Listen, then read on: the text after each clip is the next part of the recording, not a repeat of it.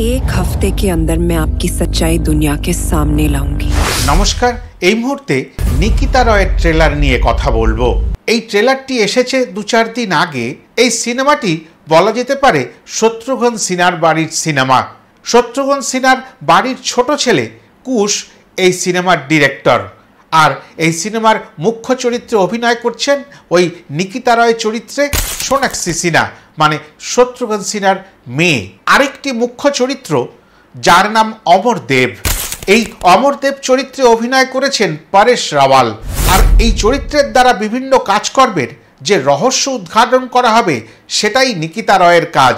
উতনা সময়ই নেই তোমার পাস। তাদের দুজনের মধ্যে আমরা যে সংলাপ বিনিময় দেখছি তাতেও বেশ কিন্তু পরিষ্কার হচ্ছে যে ওই পরেশ রাওয়াল বা অমর দেব, যিনি একজন স্পিরিচুয়াল হিলার, তার এই মুখোশের আড়ালে অন্য আরেকখানি মুখ লুকিয়ে আছে। সেই আসল কালো মুখটাকেই হয়তো সোনাক্ষী সিনহা তার চরিত্রের মাধ্যমে বের করে এনে দেবেন আমাদের সামনে।